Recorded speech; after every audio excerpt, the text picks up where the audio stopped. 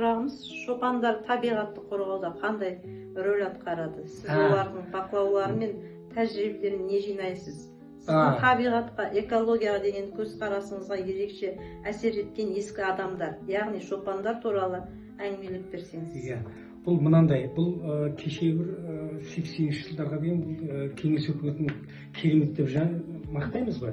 Бірақ бұл жерде мынандай да, сол ол өңірде қазір енді осы соңғы 80-ші жылдардан бері қарай жаңа кісілер үкімет басына келгеннен кейін, жаңа депутаттар сол ол кісінің істеген жақсылығы, оны да атап айтуым керек. Ол кісі сол шопандардың осы мәселесінде үкіметтен нақты көмек көрсетуді талап етіп отыр, өзі облыс басқарған кезінде. Сол мәселе тікелей өзі атқарған адам. Бірнеше облысты басшылаған адам. Ол енді таза қазақ аудандарында істегенімен басқа мемлекетте жүріп, солардың барлығын үй салып беру жаңағы. Кәдімгі мынандай да, енді 3 бөлмелі үйді, енді мынандай керемет коттедж болмаса да, әйтеуір қысы күні жылы басына отырады. Бұрын соған дейінгі уақыттарда шопандар, малшылар тек қана киіз үйде тірілген. Өзіңіз ойлап көріңіз, мынандай 50 градус ыстықта, сонда өсіп өнген, осындай жақында марқұм Қыдырмұрат Қарабек. Марқұм. Ол да сол Қарағай малшының баласы, сонда киіз үйде өскен, сол қыздың барлық қиындығын көрген. Мысалы қарапайым нәрсе. Ал бұл бір. Одан бөлек ол су жоқ. Судың барлығы оларға тасып беріледі. Автомобильмен, машинамен қанша мал болса, миллион малға қолдан су тасып беру, адамдарға су тасып беру, ауыз су тасып беру, 100 километрден 70-80 километрден бар су ішуге жарамсыз. Ол жерлерде ең терең құдықтар бар, 200 шақырымға, 200 метрге дейін кететін.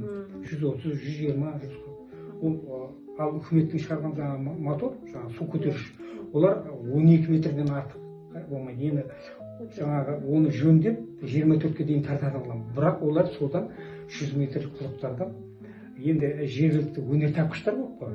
Механиктер бар, өнертапқыштар бар, солардың көмегімен ол 100 метрден аса тереңдіктен су тартуды ойластырылған. Оған дейін оның барлығы түйенің көмегімен қол қауғамен су тартылған. Сосын ол өңір газдендірілмеген әлі күнге дейін. Оның да себептері бар. Енді ол басқа мемлекет, бұл кезінде арендаға алынған жерлер бар. Сондықтан ол күндердің күнде кетіп қалса, басқа жаққа кетіп қалар ма екен дегендей сондай болған сияқты бір жеке пікір ол енді. Үкіметтің ондай саясатын біз білмейміз. Сондай. Сондықтан газдандырылмаған. Тек привозной газ, ол тек жаңағы баллонға құйып беретін. Ол жерлерге енді егер ондай газдандырса, сексеуіл тоғайларының сиреуі аз болар еді. Ол көмір мәселесі қиын.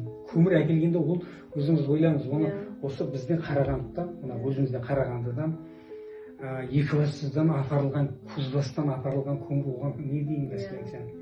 3000-4000 километрден барған көмір не болып барады? Құм барады ол жерге.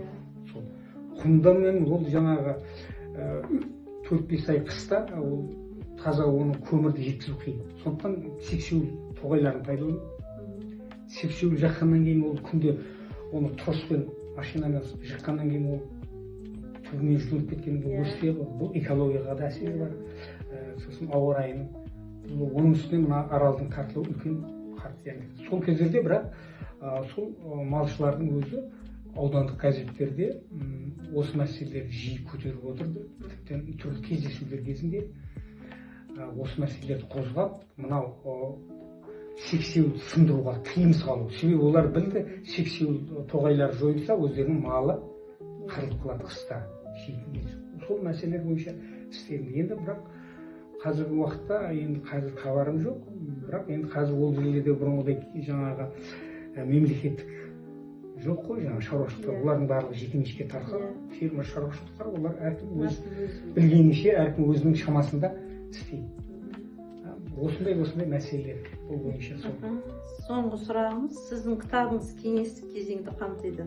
Сол жылдардағы экологиялық саясатты қалай бағалайсыз? Оның оң және теріс жақтарын айтып өтсеңіз. Енді қарасаңыз, бұл жерлерде, мен мына бірінші бөлімде жазған бұл жерлерде біздің заманға дейінгі 6-10 жылдықтан басталады. Бұл өзінің жеке зерттеулері. Бұлардың бойынша мен жаңағы біраз антропологиялық жаңағы археологиялық зерттеулер жүргізетін ғалымдарменен кездескенмін. Ол туралы да мына жерде бар. Орыс ғалымдары, хорезмдік ғалымдар, жаңағы қазақ ғалымдары сияқты сонда мынаның ішінде өздерінің айтып отырсыздар, авторлар көрсеңіз, міне Гребенников, жаңағы Чалая деген сияқты, сосын Маныл, тағы басқа сияқты. Бұл осындай сияқтылардың еңбектерінен пайдаланғанбыз. Сол ilgергі заманнан жаңағы айтылған оның бір қызығушылық, жаңа сізге көрсеткен не бар ғой, жебе ұштары қола дәуірінен берген. Осы сол экспедиция газетке жазғанымда сол арқылы мені іздеп келген. Сол бойынша қызығушылық артып, институтты жаңа бітірген кезінде жаңағы жолдамамен жібереді ғой, сізді жаңағы орталыққа қалдырмайды ғой. Сол барғанда сол қызығушылық, сол оқушылармен бірге осыны қызық зерттеп көріп көрдім. Археологиялық қазбаларға раскопки дейді, соған қазып, оны жеке өзіміздің де тапқанымыз, жаңағы оқушылар көмегімен өзіміз тапқанбыз. Сондай. Сол арқылы бұны қызығушылық бастады да мынаған негіз болды. Бұл материалдар, бұл тек қана ол емес, басқа жаңағы материалдар бар. Қысқасы оқимын деген адамға қажетті дүниелер бар ішінде. Сондай. Сол біздің эрамызға дейінгі заманнан табылған материал, оның барын ала бермейсіз ғой. Тек біздің маған қажетті дүниелер ғана. Сөйтіп барып, қазіргі заманымызға дейінгі уақыттар қамтылған. Сондай. Сол. Орынбек Орынбасарұлы, бізге уақыт бөліп келгеніңізге рахмет. Алғыс айтамыз. Сізге зор денсаулық, мол табыс, жазушылық салада шығармашылық табыс тілейміз. Және осы біздің кітапханаға сыйлық ретінде берген кітабыңызға қолтаңбаңызды беруіңізді сұраймын. Рахмет.